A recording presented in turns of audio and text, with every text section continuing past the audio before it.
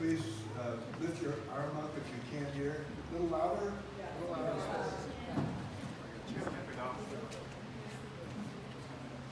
Vernon is a master of everything. You can see this. Thank you. Thank you so much. And thank you also to giving me the honor of following that robust, affirming music. What a great pleasure to be following that group.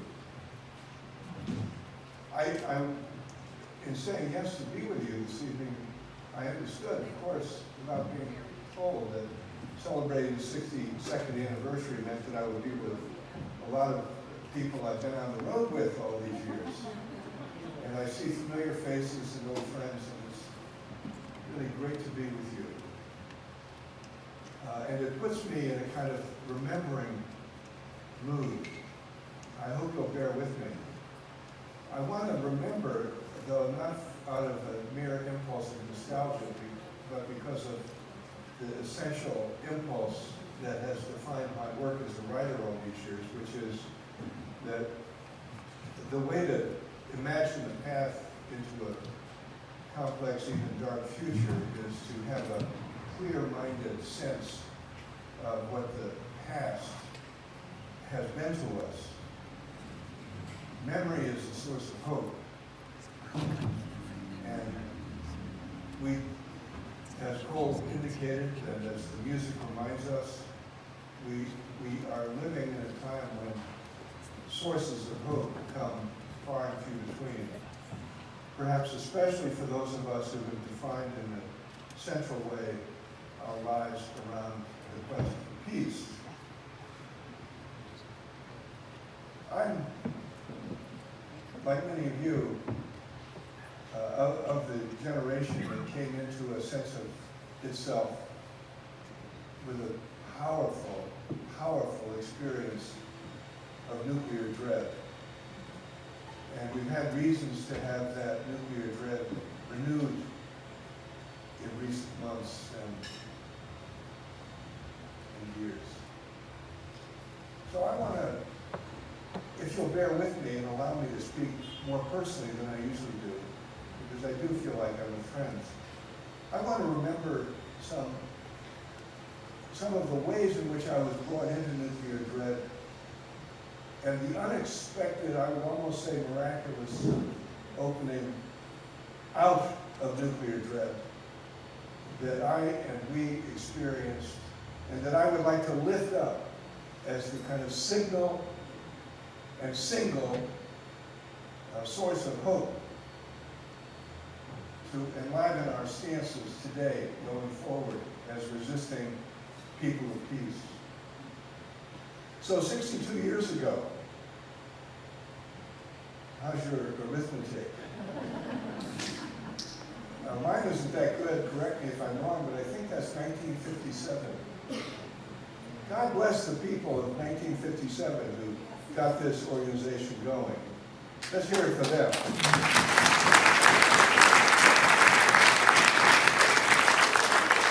Is anyone in the room a veteran of that impulse in 1957? Anyone? Well, we honor them. And we can honor ourselves for stepping into the path that they opened for us. But remember what 57 was. We do remember that. Sputnik. What was important about Sputnik? Sputnik was the end of the American myth of invincibility. We could look up in the sky and see a Soviet nuclear weapon, because that's what Sputnik represented to us. It was the year of the missile gap. The fantasy that America convinced itself that the Soviet Union was far outpacing us in offensive nuclear weapons. A fantasy, of course, as we would soon enough learn. But it was terrifying. The era of bomb shelters. Some of you, if you ever purchase a sort of 50s era home in the suburbs, might find an odd bunker in the basement, off the basement, and discover some old cans of pork and beans in there. The bomb shelter. I mean, people were terrified. In 1957, and forgive me for speaking personally, my father took a that opened a whole new chapter in my and my brother's and my mother's family story. My dad started out, my mom and dad, blue-collar folks in the Chicago stockyards neighborhood. My dad worked in the stockyards, went to law school at night, got a job. When he got out of law school, no law firm was hiring in the Depression. He took a job in the FBI. The war began. Next thing you know, my dad becomes an expert at catching German spies as an FBI agent. End of the war, there's a newly established American military branch called the United States Air Force. They need an enterprise in the Air Force devoted to, as they called it, counterintelligence, counter-espionage, security. My father was loaned by the FBI to the Air Force.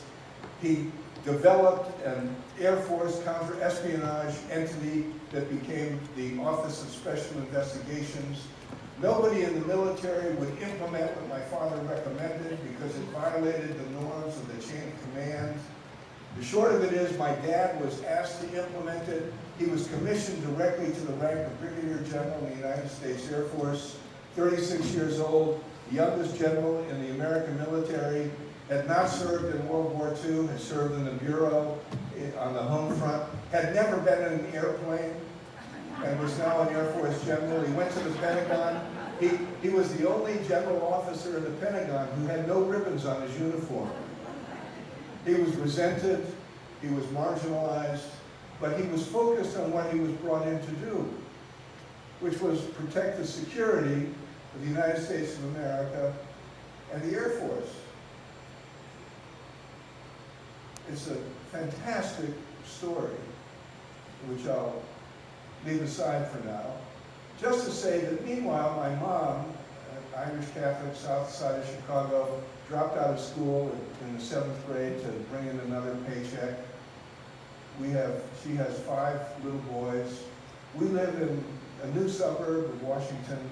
Dad goes to work in the Pentagon. We have no relationship to it. He might as well be an insurance salesman. He certainly doesn't talk about his work. I love that he goes off to work in the morning in a uniform, but that's about all I know. That all changed in 1957 when he was transferred to Wiesbaden, Germany, to become the Chief of Staff of the United States Air Force in Europe, a position for which he was unqualified, radically unqualified. He was the second most senior Air Force officer in Europe. And it was only years later when my brother and I, my brother Brian, who had a career as an FBI agent in security, realized that it was actually a cover, that my father was still working in espionage, and he was in Europe as the Chief of Staff of the Air Force as a function of intelligence. What was going on at that moment? 1958, when we arrived, when I'm leaving at the end of my sophomore year in high school, we arrived in Germany, Wiesbaden, imagining the glorious years of post-World War II triumph, but it wasn't that at all. The children of American military people were sent to Europe in the 1950s by the tens of thousands as hostages in the NATO game. The only guarantee that NATO nations had that the United States would respond to a Soviet attack on Europe with an all-out attack on the Soviet Union was the fact that the Soviet attack on Europe would immediately kill 40,000 American dependents, wives and children. It was only years later that I understood what our function was. We were only a couple of hours' drive from the Iron Curtain, of which I and my high school chums, who initiated me into this dread, were very aware. I'm belaboring this because I was brought into kind of the front line of American nuclear dread. And I remember vividly, it was September of 1958, I believe. It was 58, I'm sure, that Nikita Khrushchev threatened war over Berlin. The Soviets could not allow the American and the Allied presence in Berlin any longer because too many Eastern Europeans, East Germans, were escaping through West Berlin. And he had to get the Allies, the French, the British, and the Americans out of West Berlin, and he was going to go to war to do it. And he began the threatened war in 1958, beginning what even though I've never seen an historian assert this, I would assert it, beginning the most dangerous 5 years in the history of the human species. A danger that was defined by first the threat of Berlin and came to a culmination in Cuba. So from 58 to 62, the world balanced on the knife edge of the nuclear war. In 1960, my father was brought back to the Pentagon to establish the Defense Intelligence Agency, which has been sullied in recent years by one of Trump's most venal henchmen.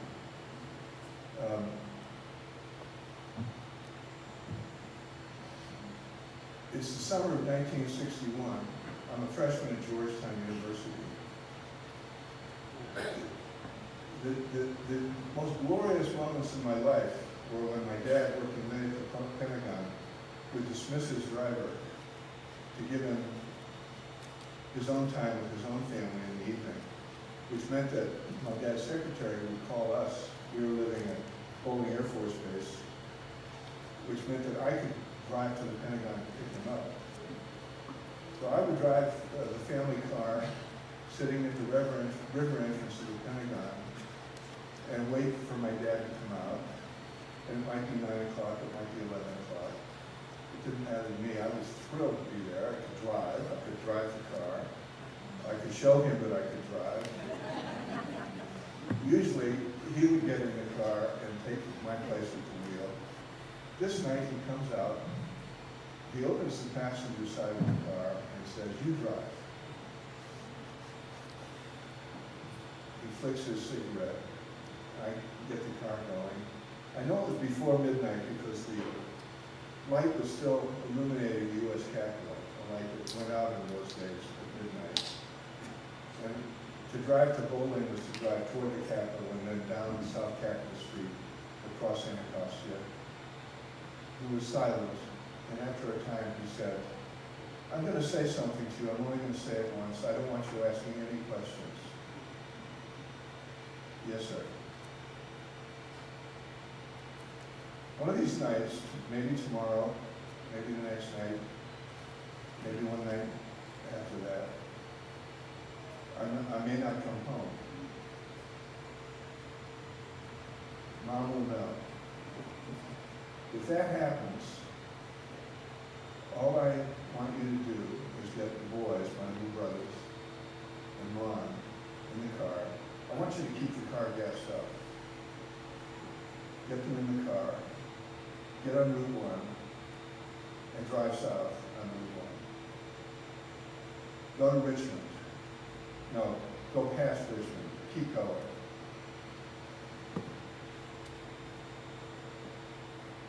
He didn't have to actually explain to me what he was telling me, because it was in the air that summer.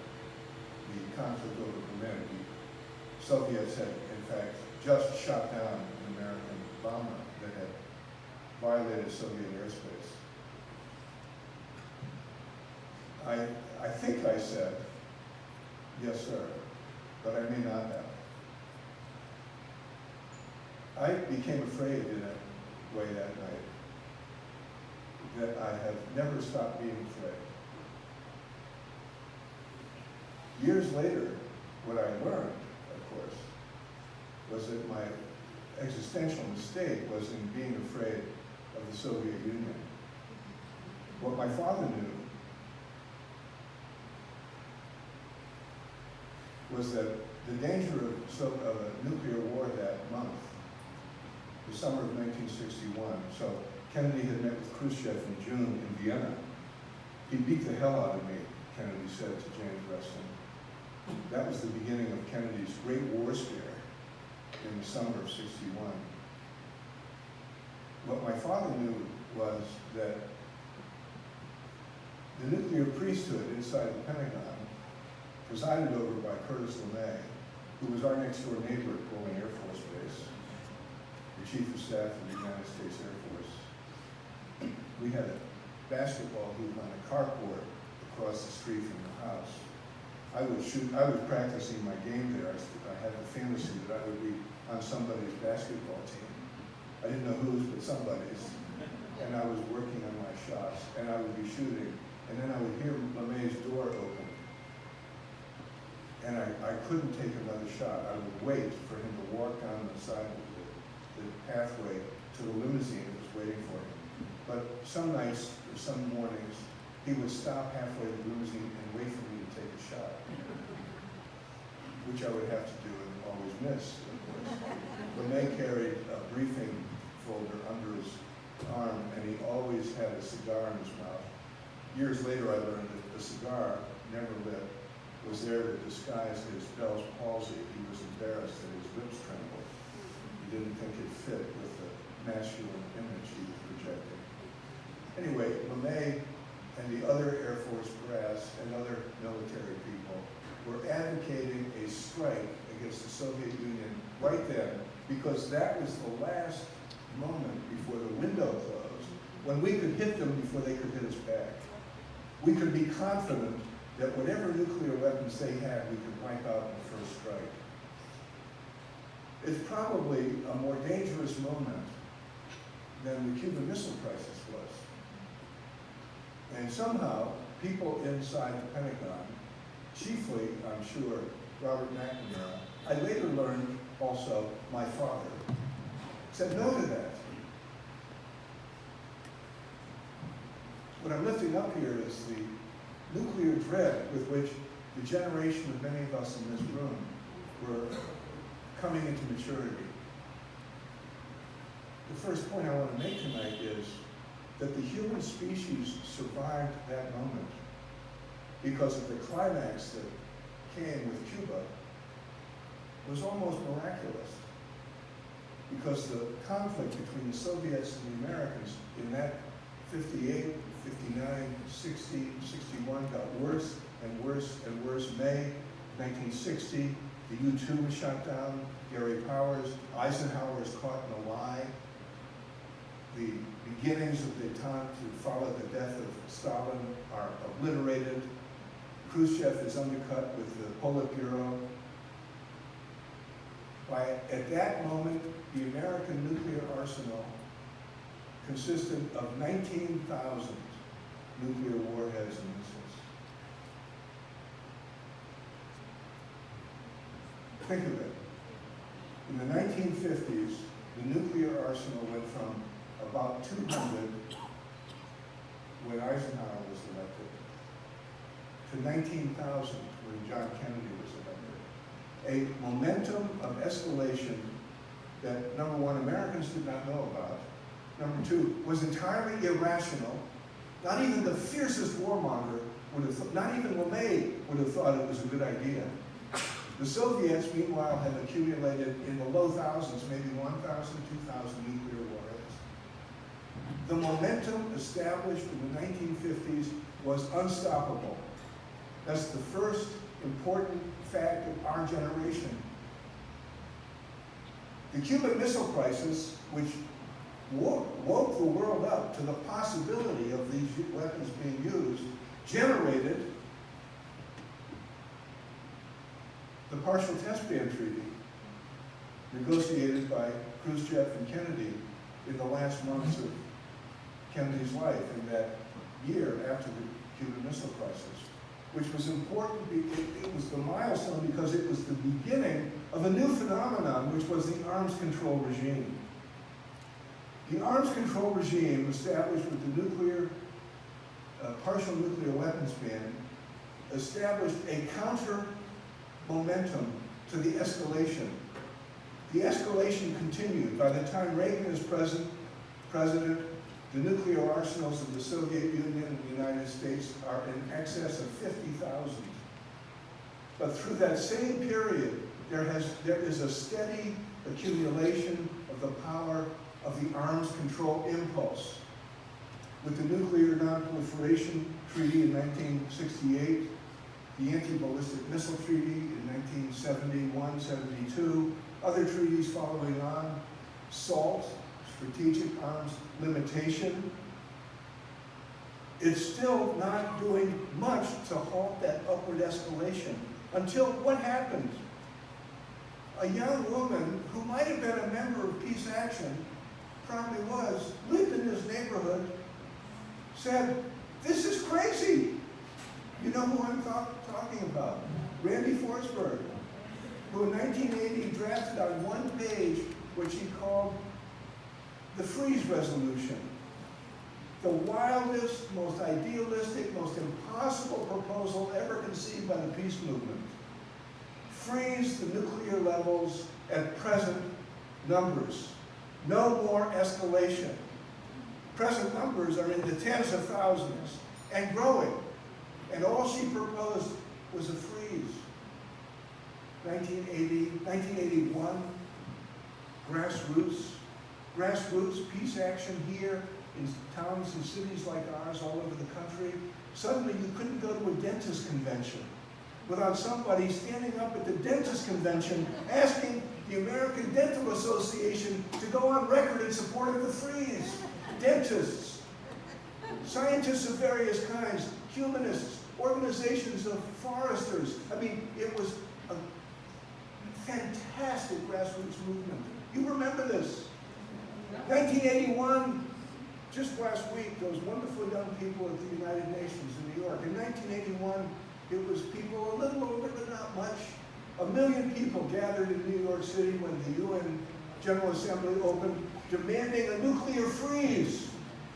The nuclear freeze resolution is introduced into the House of Representatives by a young congressman who has just been elected, has everything to lose by embracing such a wild-eyed, radical idea. He introduces it into Congress, it loses. His name is Ed Markey. He doesn't lose. Ed Markey, as a young congressman, embraced the freeze movement, which was dangerous until, partly because of what Markey did, Ted Kennedy embraced it and introduced it in the Senate. And within a couple of years, it passed in the Congress, which completely freaked out Ronald Reagan.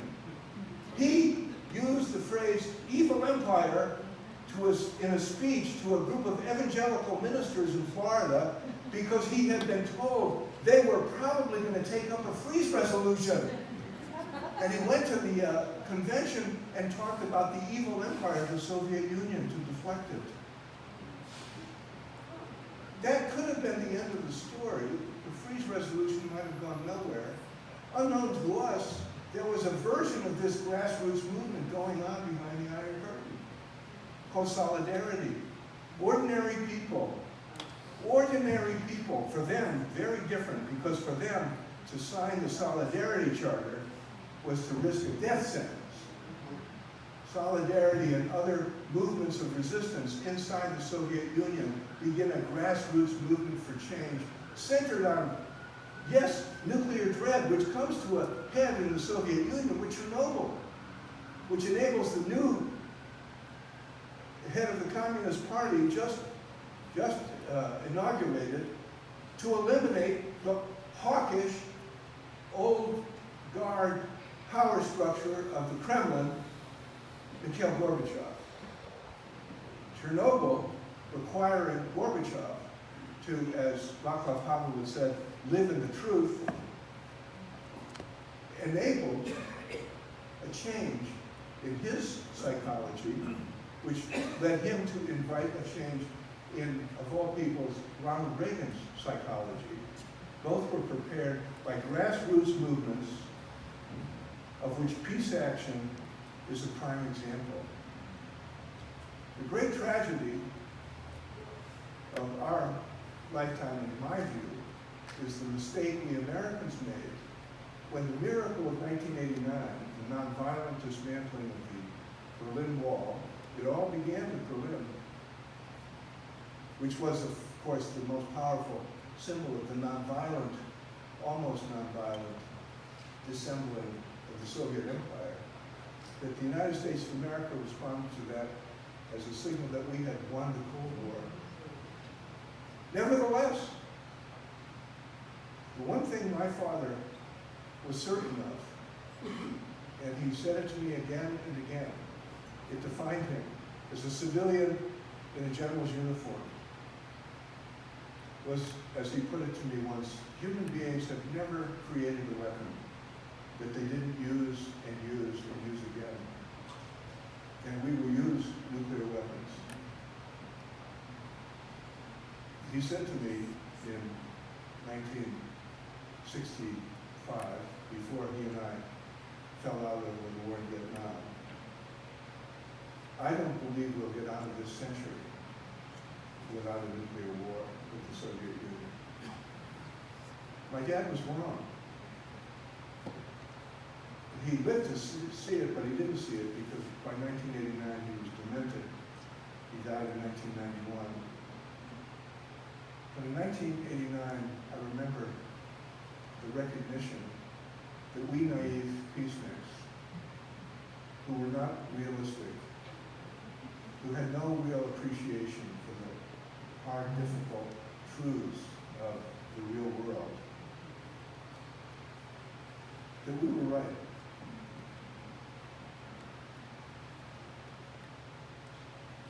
The nuclear arms race, the endless escalation, the use of nuclear weapons in Vietnam, the open-ended escalation toward nuclear use, were stopped by people in this room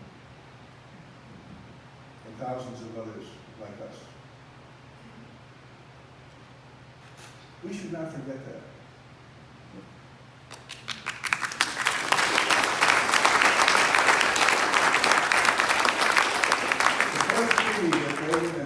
Agreed to was the INF Treaty in December of 1987.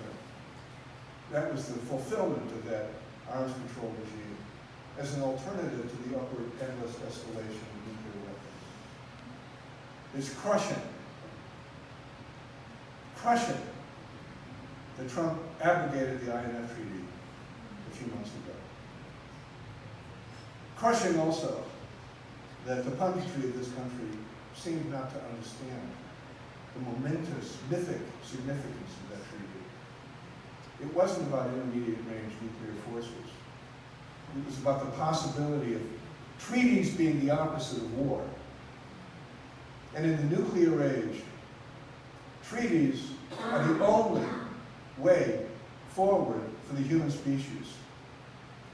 We in this room are veterans of the success of the treaty impulse.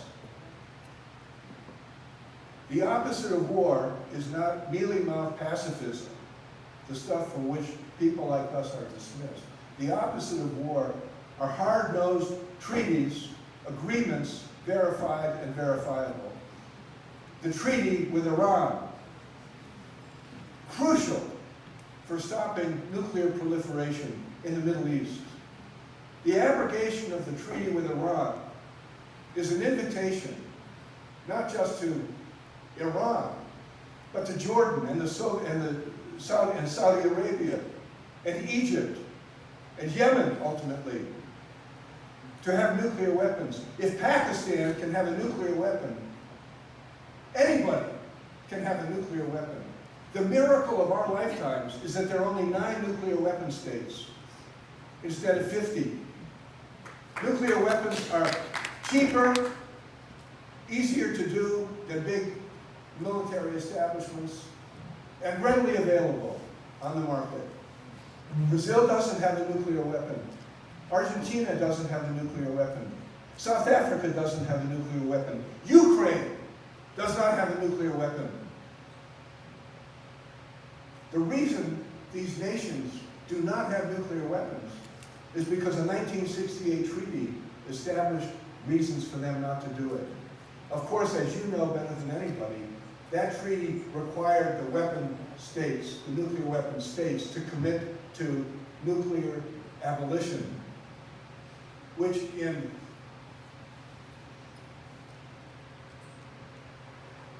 rhetoric, Americans have done for almost 2 generations now.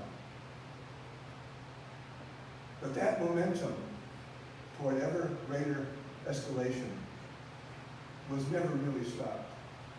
So that even magnificent, critically minded, peace-minded president like Barack Obama was at the mercy of that impulse, of that momentum. A man who came into power announcing himself as a nuclear abolitionist in that magnificent speech he gave, wasn't it Prague, for which he won the Nobel Prize. And when he puts before the Republican-dominated Senate the New START Treaty, he has to bargain to get it approved. And just as happened in the 1960s with Kennedy and the Partial Test Ban Treaty, he had to make a deal with the hawks. In the 1960s, the price tag to pay to LeMay and the other nuclear hawks was, we won't object to the test ban if you give us new generations of ICBMs. If you make us limit the number of ICBMs, we won't object as long as you give us multiple warheads on each ICBM, and so forth. Obama was given the devil's bargain, approve the New START Treaty, but give us the beginning of the renewal of the nuclear arsenal, which was catastrophic at that moment because the nuclear arsenal of the Cold War, its sell-by date had come. And the choice facing our nation was get serious about reduction to that number Jimmy Carter proposed to the Joint Chiefs of Staff in 1976, 200. No. Now the nuclear arsenal is being reinvented. Obama prepared for it, and Trump has fulfilled it, which fills people like us with our history with despair. We could give into it, but not if we remember. First, 1958 to 62, the most dangerous 4 years in the history of the species, and we found a way to survive it. In the decades since, human beings have not come all these hundreds of millions of years to commit species suicide. That past, of which 1989 is a magnificent emblem, is the source of our hope. So thank you for letting me go down memory lane.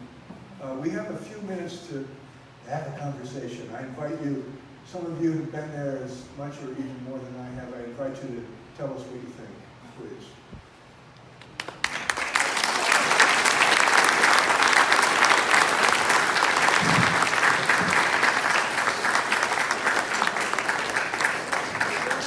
Comments or other points of reference? Yes, sir, please. Thank you for your wonderful background. Powerful. Do you have any hope in the Treaty on the Prohibition of Nuclear Weapons by the UN in 2017, which won by ICANN? Of course, the 2017 UN resolution calling for the abolition of nuclear weapons was an urgently important intervention by the world's nations to confront the United States with this crucial responsibility. The present administration has deflected that, of course, but nevertheless, the present administration won't last forever. And this issue is every bit as urgent as the climate catastrophe that's confronting us. We don't need to choose between these catastrophes. But let's remember what we're talking about here. The possibility that human beings, by their act, by their deliberate act, will bring about conditions that make the survival of what we know as human civilization impossible. And you could argue that the slow motion degradation relatively of climate catastrophe is just as bad. For me, it isn't, frankly. The thought that someone in Washington could initiate a chain of events that could lead to nuclear winter that would make the survival of civilization, if not the species itself, impossible, that could happen as a consequence of the political failure of the American democracy to stop it. That to me would be, I'm a Catholic. We're brought into a mythology, a poetry, a world of metaphor that begins with the story of Adam and Eve and what St. Augustine called original sin. This would be the last sin, the final sin. And just the fact that it's conceivable or possible should be enough to motivate us. It should be enough to motivate all of the power centers in our culture, including the press and the media, who are, as you know, we're peace action here. I don't indict us, for most of us, the majority of us, being people who remember the Cold War firsthand. Our memory is precious, as I've argued tonight. But it's a profound disappointment and also a failure that this room, these rooms, this question, God bless Greta Thunberg. God bless her. God bless her. But I want Greta Thunberg to challenge us on rescuing the nuclear arms control regime, on getting New START 2 renewed next year when it expires. I want people to get enraged and anguished and slightly out of control at the thought that the Trump administration will allow the last of the arms control agreements to expire. That's coming. It's not, when has any Democratic presidential candidate addressed that as an issue, as something that they will take on as a point of priority? When? No. When has any Democratic candidate, our candidates, addressed the still out of control Pentagon budget? $1 trillion, if you include the Homeland Security and intelligence establishment budgets. When? I mean, ladies and gentlemen, it's not for me to dictate voting. I deliver and happily lift up what for me is the extremely precious and all too rare record of Ed Markey. Because on these questions, he's still there. He was there when it should have cost him his seat in the beginning of his career, and he's still there. I'm getting over into, yes sir, in the back. How do we deal with, we're meeting here in a church. How do we deal with what Trump has done is he's exacted standard. He's shown what was here in the country that we never saw before. You might have suspected, we never knew the numbers. And I recently just found out that 30, 40, 50 evangelicals, people who are afterlifers and so on, are embracing Armageddon, are embracing the four horsemen, are embracing it because it's tied to resurrection. They have their seats picked out in the heavenly afterlife. And this, in a sense, is a perversion of what perhaps Christianity is all about. So I'm just wondering, because this is a large, very large number, 30, possibly 40 million people. That's the people here who look at the atomic bomb as the key to resurrection and the second coming. It's a very important point. I'm glad you brought it up. On the one hand, I feel completely obliged to respect the religious differences between me and other people. Evangelical Christians, Armageddon-minded Christians have a right to their worldview and their faith, however it's defined. On the other hand, it must be, the nihilistic Armageddon worldview must be profoundly argued against. Again, the hope. Ronald Reagan was an Armageddon-minded evangelical Christian. He talked for a time before Gorbachev became Prime Minister of the Soviet Union about the rapture. You may remember this. Reagan, in a very shallow and mindless way, embraced the cockamamie theology of the rapture, the notion that God was going to lift up certain select blessed ones from the catastrophe of the end of the world. The book of Revelation, the last book of the Christian Bible, is a description of a God who destroys the world in order to save it. The most efficient instance of that was the Army major who said to a CNN reporter, I can't remember his name, we had to destroy the village in order to save it. There is a theology, a Christian theology, that believes God works that way. It's a profoundly inhuman theology that must be argued against. You're right to lift it up. It's part of what drives the madness of people who are blasé about the prospect of the end of the world. This is the only heaven we have. It's certainly the only one we know of, for sure. And we need to live that way, which is, as the Gospel of John suggests, the way Jesus taught. The kingdom of heaven is here. Yes, sir, please. Some time ago, I was talking to someone about the problem of nuclear weapons. And his response was, well, yeah, it's a problem, but it's not the first thing I think about when I wake up in the morning. And I said to him, why not? And he didn't have an answer. And I thought to myself, I don't have an answer either. Why isn't this what people think about when they wake up in the morning? Well, your answer to that question, sir, is as good as mine would be.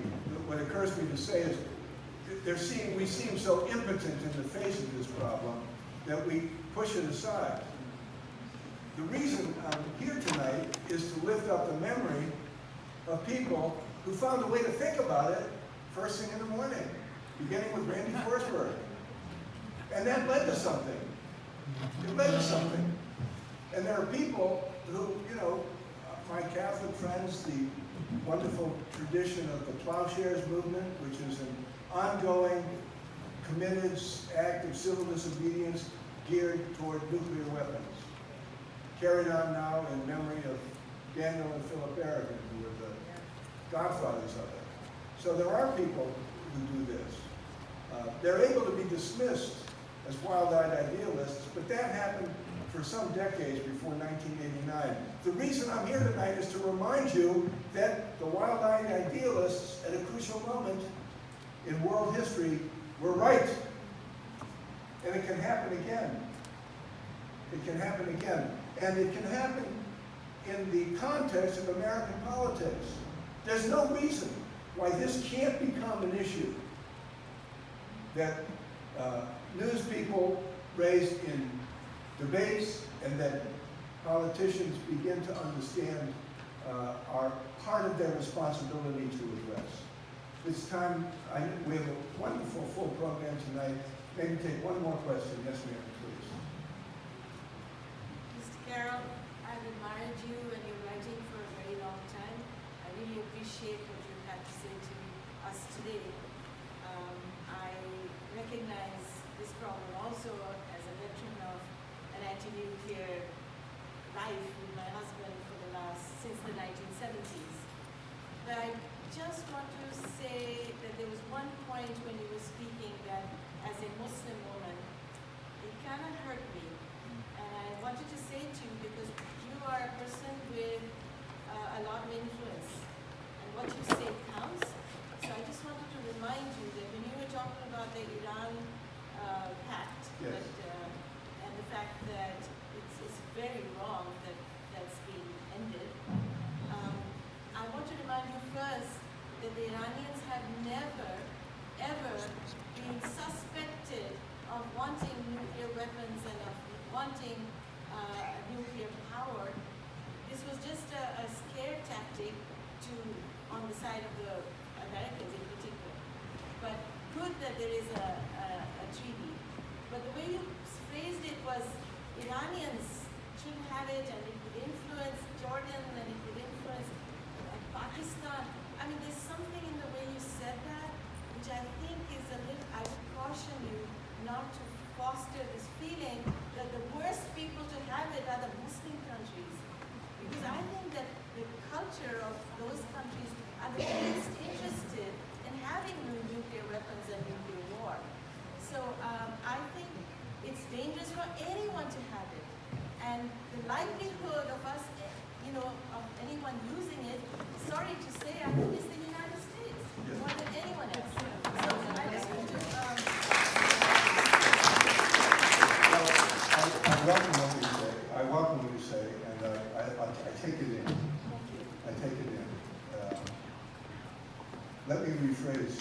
but the point I was trying to make in my clumsy way.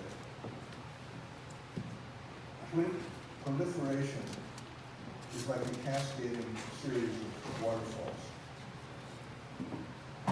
Iran is an issue now, not because it's Muslim and not because it's Iran, but because it is, in a way, in the narrow passage of that current is running toward broad proliferation. Iran, you suggest that they have no interest really in nuclear weapons. My own view is they should have interest in nuclear weapons. Because the possession of nuclear weapons, not to use them, but as a source of power to make impossible an American regime change impulse. And they take seriously the lesson of Mohammed Gaddafi, who renounced his nuclear weapons and was overthrown and brutally murdered. They take seriously the way in which North Korea has emerged as a nation of real international power precisely because of its nuclear arsenal. The Iranians, given the dismissal by the Trump administration of the treaty regime, the Iranians, in my view, would be foolish not to be moving toward nuclear weapons. Not to use them, but as a way of guaranteeing their power. That's what proliferation promises to other nations. How does Argentina stand up against a hostile Brazil? Argentina wouldn't get nuclear weapons because they want to use them. They would get nuclear weapons because Brazil couldn't threaten them. That's what nuclear weapons are. We imagine that nuclear weapons have not been used since 1945. They've been used every year. They're used the way a loaded gun pointed at your head is used to control you. That's the way we use our nuclear weapons. That's the way we're using our nuclear weapons against Iran now.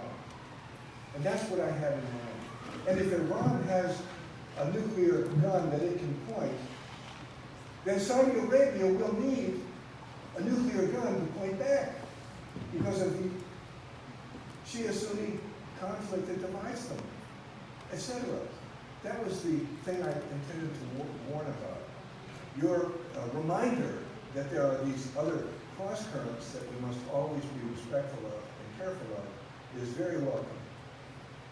And that certainly includes my asserting that the Islamic character of some of the nations I referred to has nothing to do with the threat I'm warning against.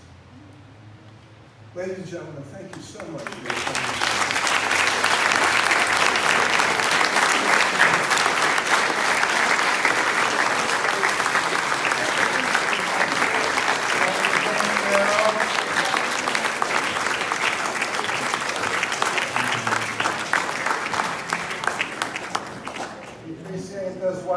Wise words of experience and wisdom. Now it's time to eat. I think it would work best if we did it by parts of the room. So